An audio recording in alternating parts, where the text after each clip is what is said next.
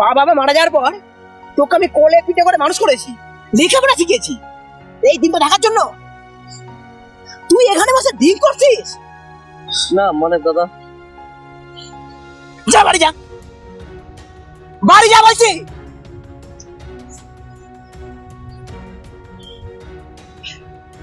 রতন কাকা, তুমি এসব কি করছো? তোমার থেকে তো অনেকটাই জুনিয়র, আর তুমি সিনিয়র হয়ে এসব শেখাচ্ছ? ও কি মায়ের দুধ খায় নাকি? ওকে আমি শিখাবো?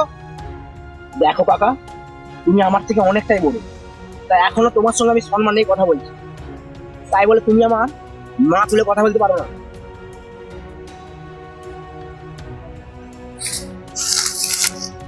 আচ্ছা, এই ব্যাপার। দিন দিন সব কি হচ্ছে? এত কষ্ট করে লেখাপড়া শেখালাম,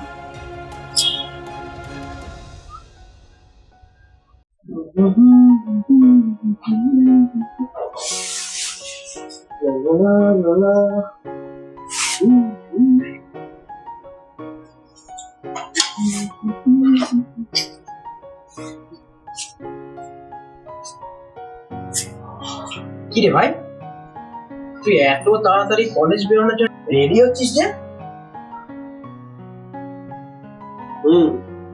আমার এক্সট্রা ক্লাস আছে। কেন? এদিকে আয়, দেখে বস, তোর সঙ্গে কিছু কথা আছে। আবার শুরু করো, চল।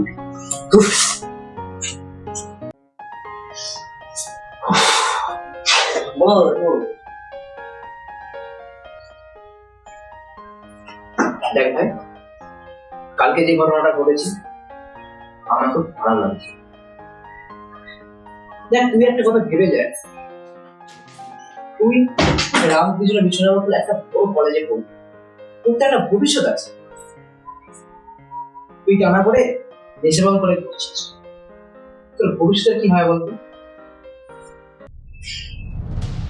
দেখো দাদা, আমি তোমার সাথে এসব বিষয়ে কথা বলার জন্য ইন্টারেস্টেড করি। আর তুমি কি বুঝবে যে আজকালকার ছেলেমেয়েরা কি চায়? কোনোদিন তো কলেজের মুখ পর্যন্ত দর্শন করোনি।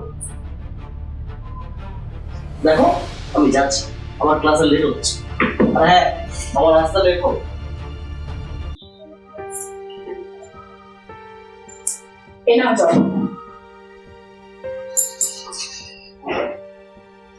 আমি আড়াল থেকে তোমাদের কিছুটা কথা শুনতে পেরেছি। দেখো, তোমাকে একটা কথা বলি, এখন তুমি ভাইকে যা কিছুই বলো না কেন তোর খারাপ লাগবে, কারণ ওর এখন উঠতি বয়স, ও এখন উঠবে। আরে তুমি বলো, আমি বলবো না তো কে বলবো? ওর ভাইকে সে ছোট্টবেলা থেকে এই মানুষ করেছে, এক একটা দিন এমন গেছে নিজে না খেয়ে আমি ওর ভাইকে খাইয়ে দেখে লেখাপড়া শিখিয়েছি।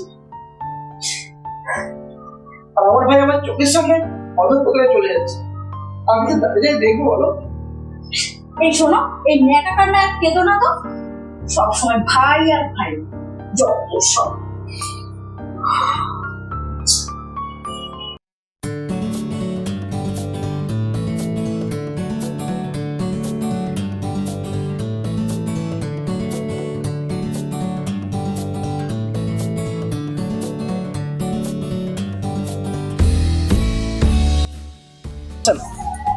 বাবা, বাবু কলেজ থেকে ফিরছে।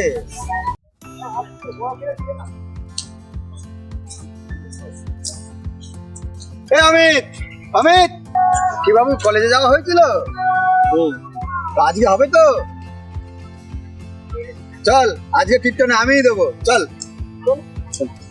বিড়ির ধোঁয়ায় তাড়ির হাড়ি শুধু ডাকছে আমায়, চুল্লুর বোতলেতে ঠেকাই মাথা, মনে হয় গাঁজা শুধু ডাকছে আমায়। অমিত, তোকে একটা কথা বলবো?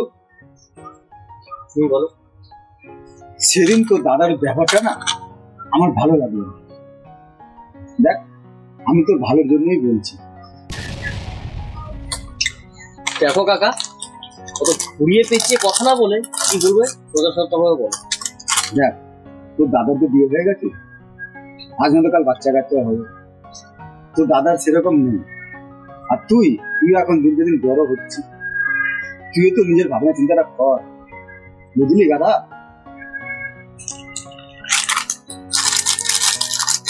নে, কাট। সেদিন তোর দাদা তোর গায়ে হাত তুলতে গেছিল, দেখ একটু ভাবনা চিন্তা করে দেখ। তুমি ঠিকই বলেছো রতন। দাদা দিন দিন আমাকে ডমিনেট করে যাচ্ছে। জানো তুমি, বাড়িতে আমার কথা একটাও চলবে না। ও যেটা বলবে ওর কথা উঠতে হবে আর বসতে হবে।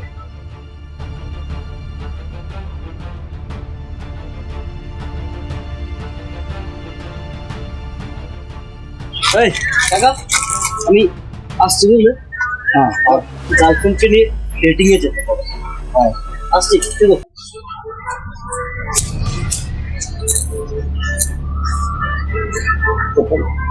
এবার দেখবো ও দাদা ওর ভাইকে কি করে আটকায়। এখনকার দিনের কিছু কিছু ছেলেমেয়েরা রয়েছে যারা এই সমাজের সাথে তাল মিলিয়ে চলতে গিয়ে তারা এটা ভুলে যায় যে তাদের অভিভাবকরা তাদের শিক্ষিত করে তোলার জন্য কতটা কষ্ট করে। আর এই সমাজে কিছু মানুষ রয়েছে যারা সর্বদাই তাদেরকে অন্ধকারের দিকে ঠেলে দেওয়ার চেষ্টা করে। তাই নিজের ভালোটা নিজে বুঝতে শিখুন আর নিজেদের অভিভাবকদের কথা মেনে চলুন। তো বন্ধুরা, এই ভিডিওটি আপনাদের কেমন লাগলো কমেন্ট বক্সে কমেন্ট করে অবশ্যই জানাবেন। ধন্যবাদ।